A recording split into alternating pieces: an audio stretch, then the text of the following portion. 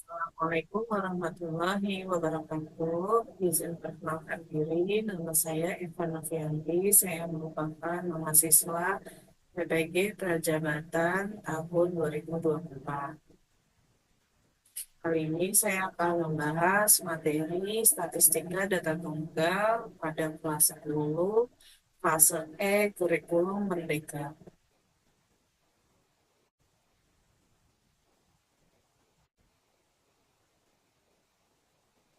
Capaian pembelajaran. Peserta didik dapat merepresentasikan dan menginterpretasi data dengan cara menentukan jangkauan kuartil dan interkuartil. Mereka dapat membuat dan menginterpretasikan diagram box plot atau box and whisker plot dan menggunakannya untuk membandingkan himpunan data.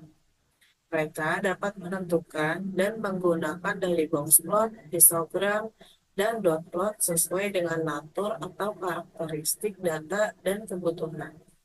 Mereka dapat menggunakan diagram pencar untuk menyelidiki dan menjelaskan hubungan antara dua variabel numerik atau kuantitatif, termasuk salah satunya variabel bebas berupa waktu. Mereka dapat mengevaluasi laporan statistika di media berdasarkan tampilan, statistika, dan representasi data. Peserta didik dapat menjelaskan peluang dan menentukan frekuensi harapan dari kejadian majemuk. Mereka menyelidiki konsep dari kejadian saling bebas dan saling lepas dan menentukan peluangnya.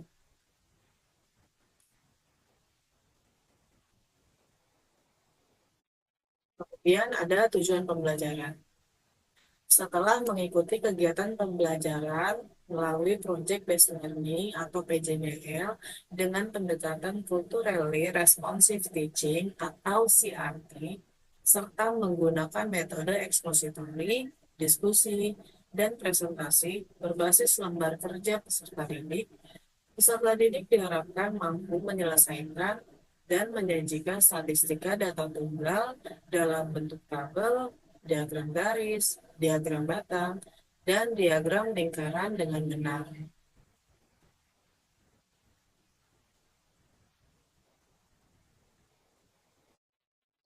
Kemudian, apa itu statistika? Statistika adalah ilmu yang mempelajari mulai dari mengumpulkan, mengolah data untuk disusun, disajikan, kemudian dianalisa dan disimpulkan secara teliti dan benar. Kemudian, data.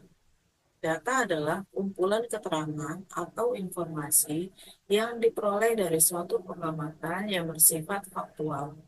Data adalah bentuk jamak, sedangkan bentuk tunggalnya disebut datum.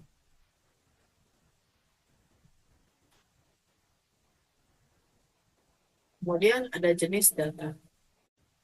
Jenis data dibagi menjadi dua, yaitu ada data kualitatif. Data kualitatif merupakan data berupa kategori, misalnya berhasil dan gagal, ya dan tidak, dan lain-lain. Kemudian ada data kuantitatif. Data kuantitatif merupakan data berupa bilangan. Contohnya yaitu data nilai ulangan siswa, tinggi badan, berat badan, dan lain-lain.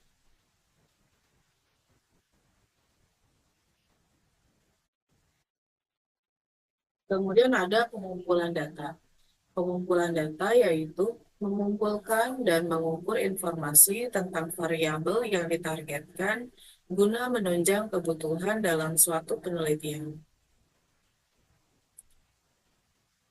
Cara pengumpulan data yang pertama itu ada wawancara, yaitu metode pengumpulan data dengan meminta langsung kepada narasumber atau responden dengan alat yang berupa panduan wawancara atau instrumen wawancara. Yang kedua yaitu ada observasi, pengumpulan data dengan cara memperhatikan atau mengamati objek yang diteliti. Yang ketiga yaitu ada kuesioner atau angket, merupakan alat pengumpul data yang digunakan peneliti dalam mencari jawaban atas permasalahan yang sedang diteliti. Hasil datanya dapat disajikan bentuk pencatatan dengan tali atau tarus. Dan yang terakhir ada data sekunder, yaitu data yang didapatkan dari instansi atau pihak lain. Contohnya yaitu Badan Pusat Statistik atau BPS, Bank Indonesia, Studi Pustaka, ataupun media massa dan lain-lain.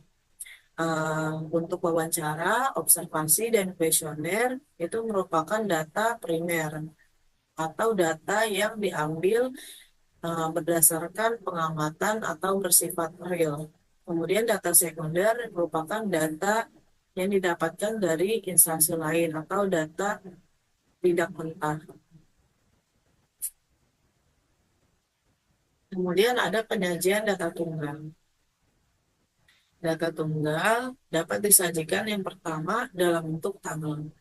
Penyajian data dalam bentuk tabel berfungsi untuk menyusun data secara sistematis sehingga mempermudah pembaca dalam memahami, menganalisis, dan melihat hubungan antara data. Nah, contoh dalam bentuk tabel yaitu mengenai berat badan di suatu kelas. Yang pertama yaitu berat badan 40 kilogram terdiri dari 3 orang atau 3 frekuensi. Kemudian ada 41 kilogram, ada 6 orang, 42 kilo, ada 7 orang, 43 kilo, 9 orang, dan seterusnya. Kemudian ada diagram garis. Diagram garis yaitu penyajian data dalam bentuk titik-titik yang dihubungkan oleh garis untuk menunjukkan perubahan atau tren dari waktu ke waktu.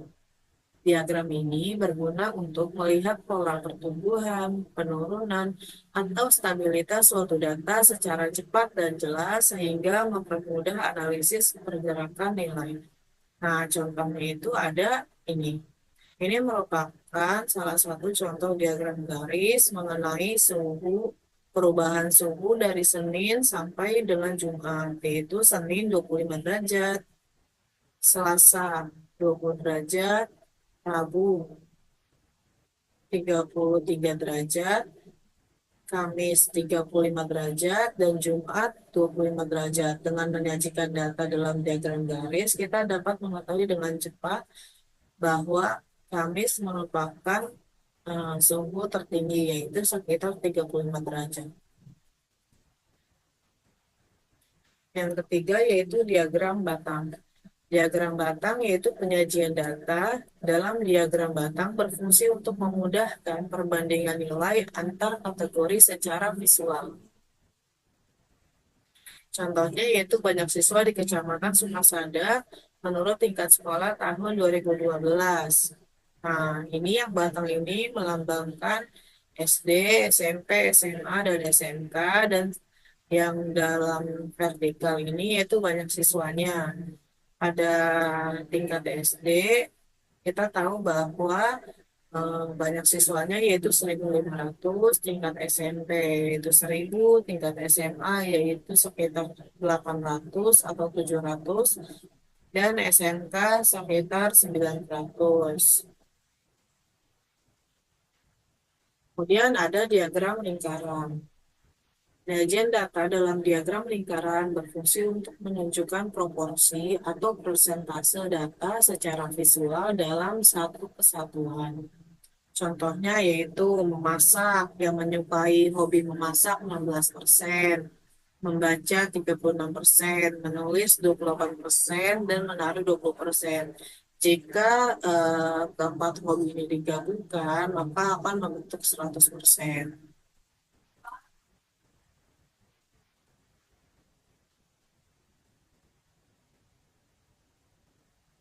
Mengubah data menjadi tabel.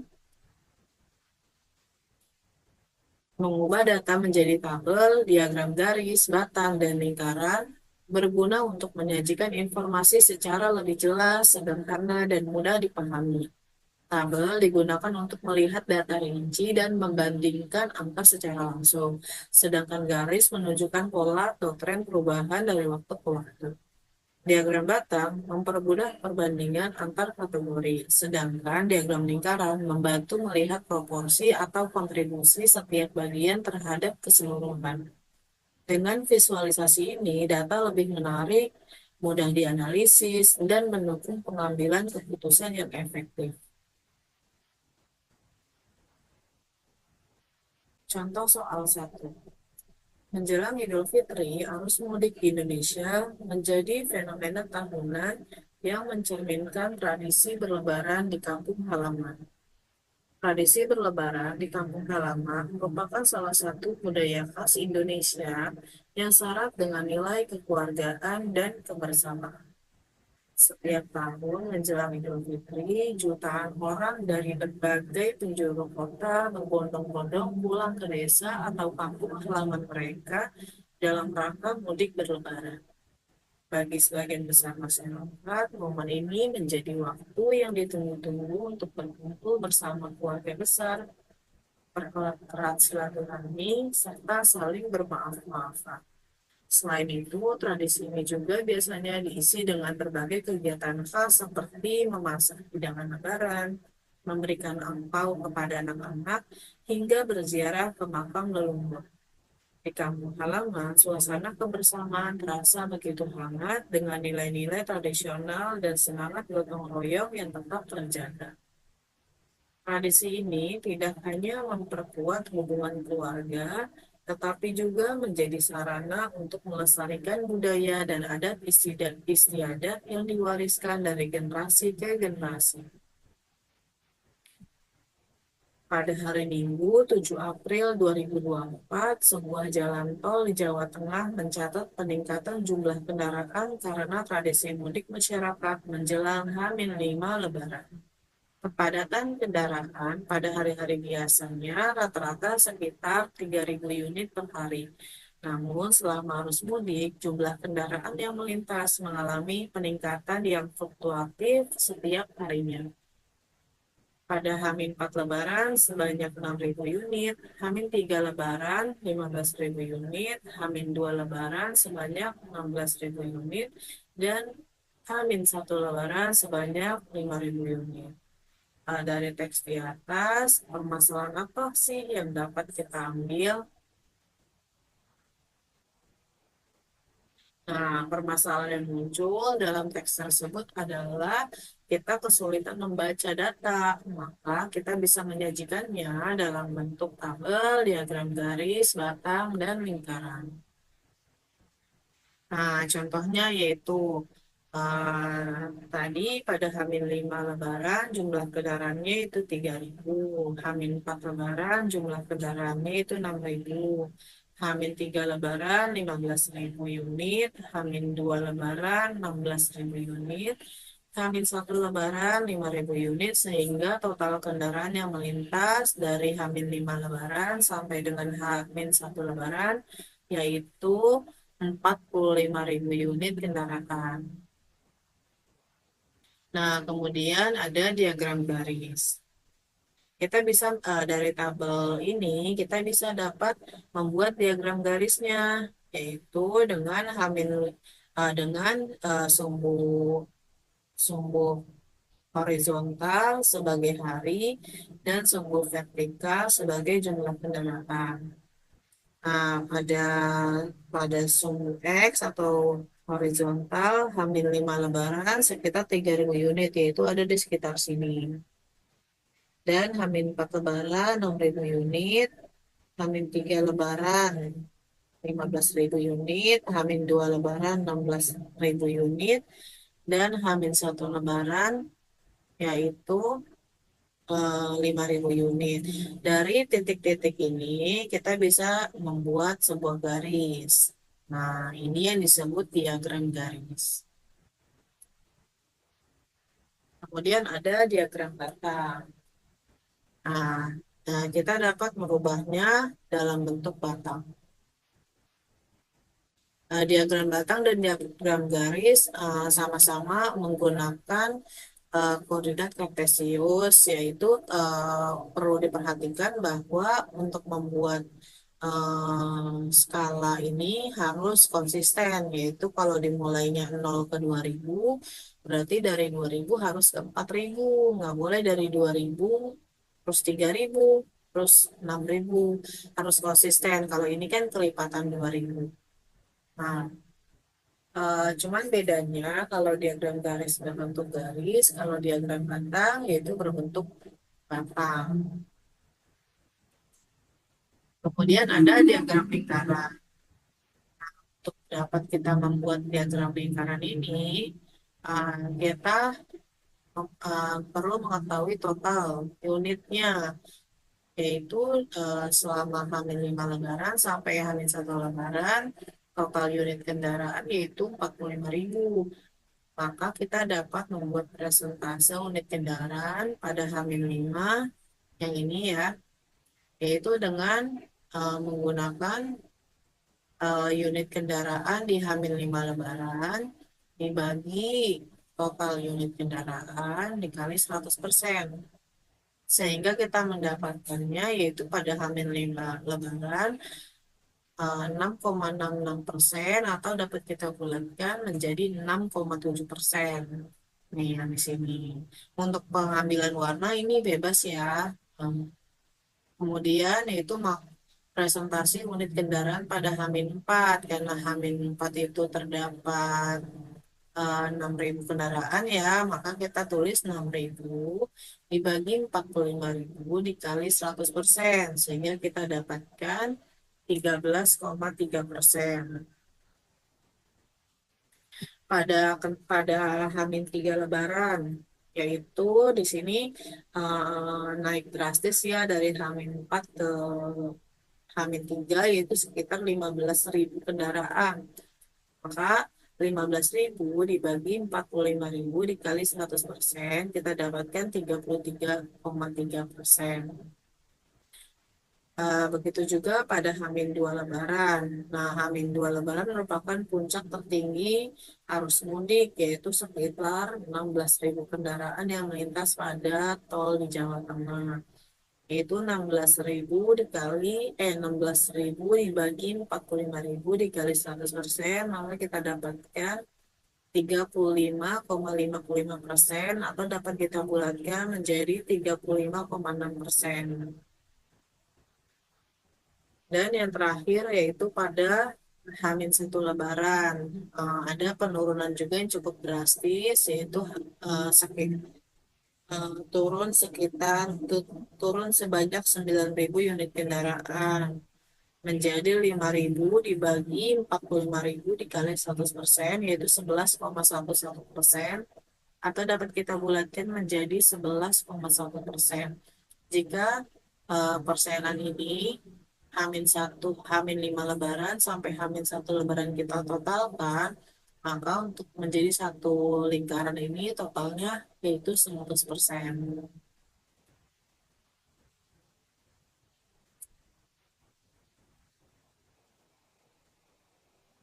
Dan ada contoh soal dua. Maaf ya, ini Tipo, ini Malioboro. Malioboro adalah kawasan ikonik di Jakarta yang terkenal sebagai pusat wisata, belanja, kuliner, dan juga budaya. Berada di jantung kota, Malioboro menawarkan suasana yang khas dengan deretan pedagang kaki lima yang menjual berbagai oleh-oleh khas mulai dari batik, kerajinan tangan, hingga makanan tradisional. Sepanjang jalan, pengunjung dapat menikmati pemandangan andong dan becak yang melintas, menciptakan nuansa klasik yang memikat. Selain itu, kawasan ini juga menjadi lokasi berbagai acara seni dan budaya, menjadikannya tempat yang selalu ramai oleh wisatawan lokal maupun mancanegara. Dengan atmosfernya yang hidup dan penuh warna, Malioboro adalah destinasi wajib bagi siapa saja yang berkunjung ke Yogyakarta.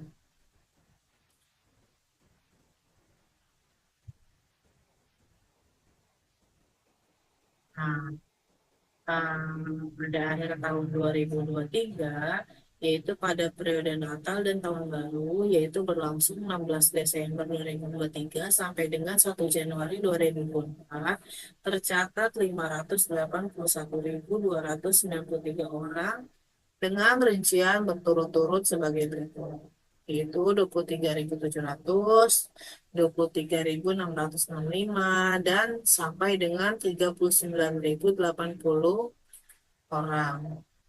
Nah, dari data-data ini kita dapat menyajikannya yaitu dalam bentuk tabel.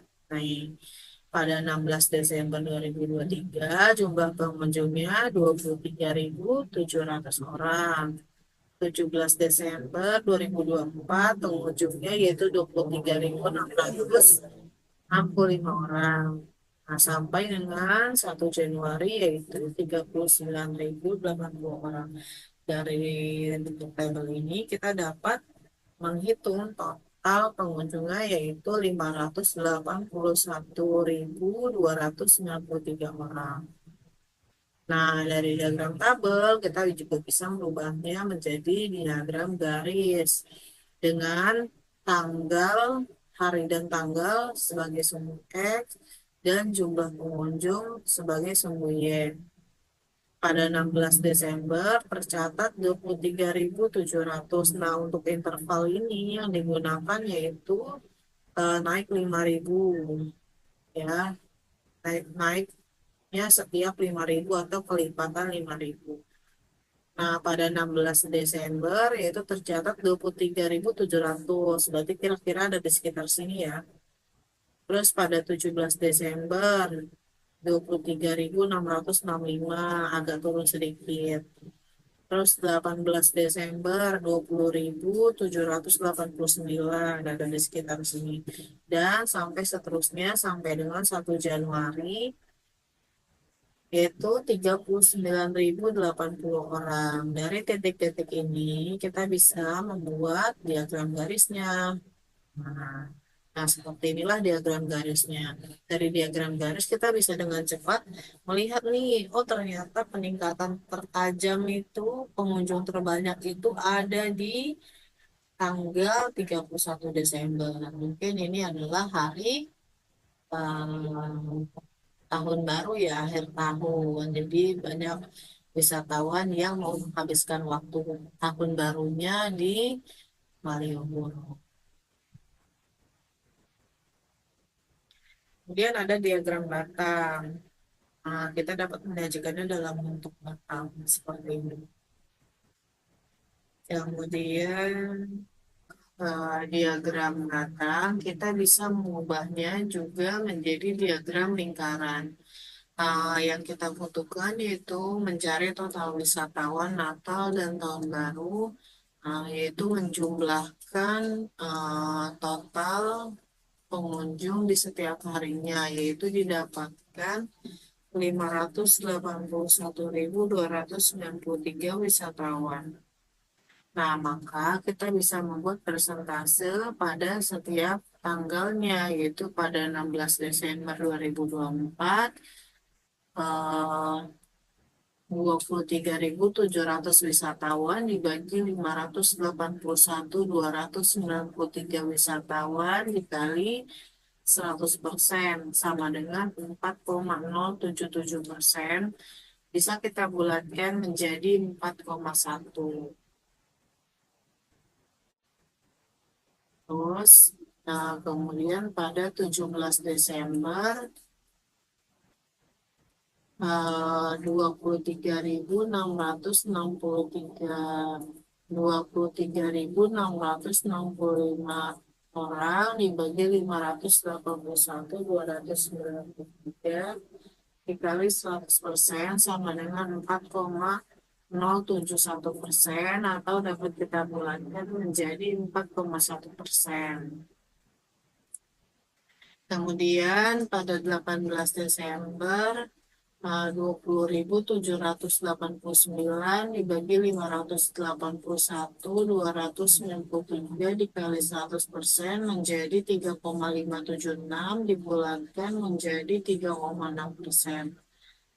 Pada 19 Desember 2024, 21.404 orang dibagi 581.293 dikali 100% menjadi 3,682 atau kita bulatkan menjadi 3,7%. Pada 20 Desember 2024, setelah kita hitung didapatkan 4,3%.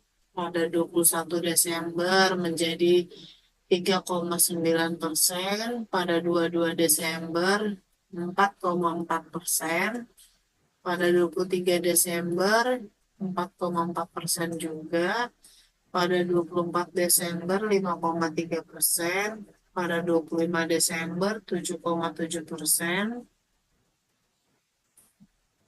pada 26 Desember 7%, 27 Desember 2024 menjadi 7,9%, 28 Desember menjadi 7,2%, 29 Desember 8,6%, 30 Desember 8,7%, 31 Desember yaitu 8,6%, 8,7%, dan terakhir pada 1 Januari 2024 didapatkan 6,722% atau dibulatkan menjadi 6,7%.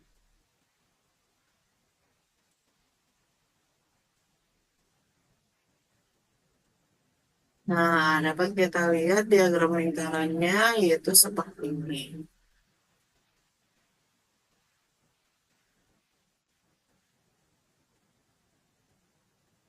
Untuk selanjutnya, untuk pertemuan selanjutnya Ibu akan menugaskan kalian untuk membuat proyek papan visual dengan tema yang berbeda-beda. Di sini ada 6 tema yang akan dibagikan secara acak terhadap 6 kelompok.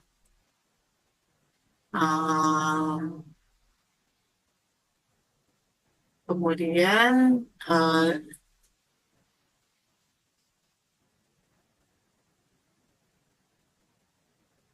untuk selanjutnya akan diadakan proyek yaitu membuat. Nah, untuk pembelajaran selanjutnya akan dibuat suatu proyek yaitu dengan membuat papan visual dengan 6 tema yang berbeda-beda, yaitu tema pertama yaitu siswa mensurvei data siswa perempuan kelas 11 A3 Muhammadiyah 4 Jakarta tentang objek wisata di Jakarta yang paling sering dikunjungi, yaitu terdiri dari Monas, Taman Mini, Kota Tua, Ragunan, Pantai Ancol, Taman Ismail Marzuki. Untuk tema yang kedua yaitu survei data siswa laki-laki kelas 11 A3 tentang objek wisata di Jakarta yang paling sering dikunjungi, yaitu Monas, Taman Mini, Kota Tua, Ragunan, Pantai Ancol, Taman Ismail Marzuki. Dan untuk yang tema 3 yaitu survei data siswa perempuan kelas 11 A3 Muhammadiyah 4 Jakarta tentang makanan khas Betawi yang paling mereka sukai seperti kerak telur, soto Betawi, asinan Betawi, kembang goyang, roti buaya, dan nasi uduk. Yang keempat, tema 4 yaitu survei data siswa laki-laki kelas 11 A3 SMA Muhammadiyah 4 Jakarta tentang makanan khas Betawi yang paling mereka sukai. Yang kelima, tema 5 yaitu survei data siswa laki-laki kelas 11 A3 tentang permainan tradisional Betawi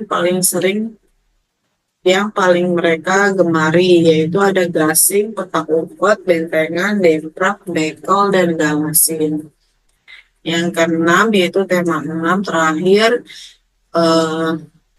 survei data siswa perempuan kelas 11 A3 Muhammadiyah Jakarta tentang permainan tradisional Betawi yang paling mereka gemari, gasing, petak umpet, bentengan, debrak, engklek, bekel, dan galasnya. Cukup sekian pembelajaran hari ini. Mohon maaf jika banyak kekurangan. Aku tutup pembelajaran hari ini dengan membaca hamdalah. Alhamdulillahirrahmanirrahim. Cukup sekian dan terima kasih.